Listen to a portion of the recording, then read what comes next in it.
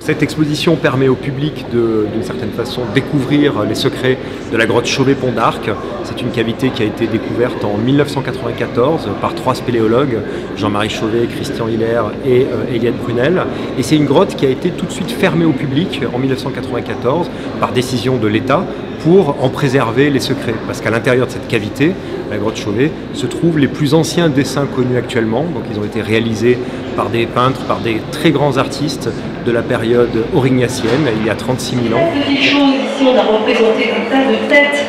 de bisons superposées et qui sont toutes en train de nous regarder, mais de face cette fois, tandis que ceux-là sont de 3 quarts. Alors, quand on regarde bien,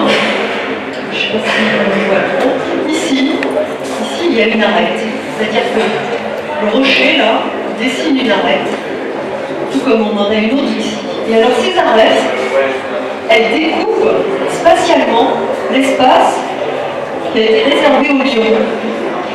Et c'est une exposition qui permet aussi au public de comprendre comment la grotte Chauvet-Pont d'Arc a été entièrement numérisée, entièrement scannée. C'est pour ça que l'expo s'appelle la grotte Chauvet révélée par la 3D. Et cet outil 3D, cet enregistrement tridimensionnel, permet d'obtenir des images des peintures et des dessins de la grotte Chauvet, tels qu'on ne peut même pas les observer à l'intérieur de la véritable grotte. L'autre chose que présente l'exposition, c'est à travers des photographies, à travers des multimédias, à travers des films, c'est la façon dont a été réalisée, toujours grâce à cet outil numérique 3D, la restitution de la grotte Chauvet, qui permet donc depuis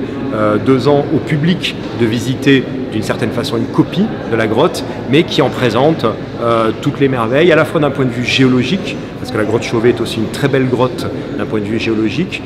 tous les restes osseux qu'on y a retrouvés, des centaines de crânes d'ours par exemple, puis bien sûr, on voit à la caverne du Pont d'Arc et aussi ici dans cette exposition au musée de préhistoire de Quinçon la beauté de ces dessins qui finalement nous émeuvent toujours quand on visite la grotte originale, quand on voit les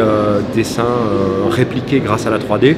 On se rend compte qu'on est face à de très très grands artistes et finalement c'est une expo qui leur rend aussi hommage à ces gens qui vivaient il y a 36 000 ans en Ardèche, dans le sud de la France, qui sont nos ancêtres directs des Homo sapiens comme vous et moi.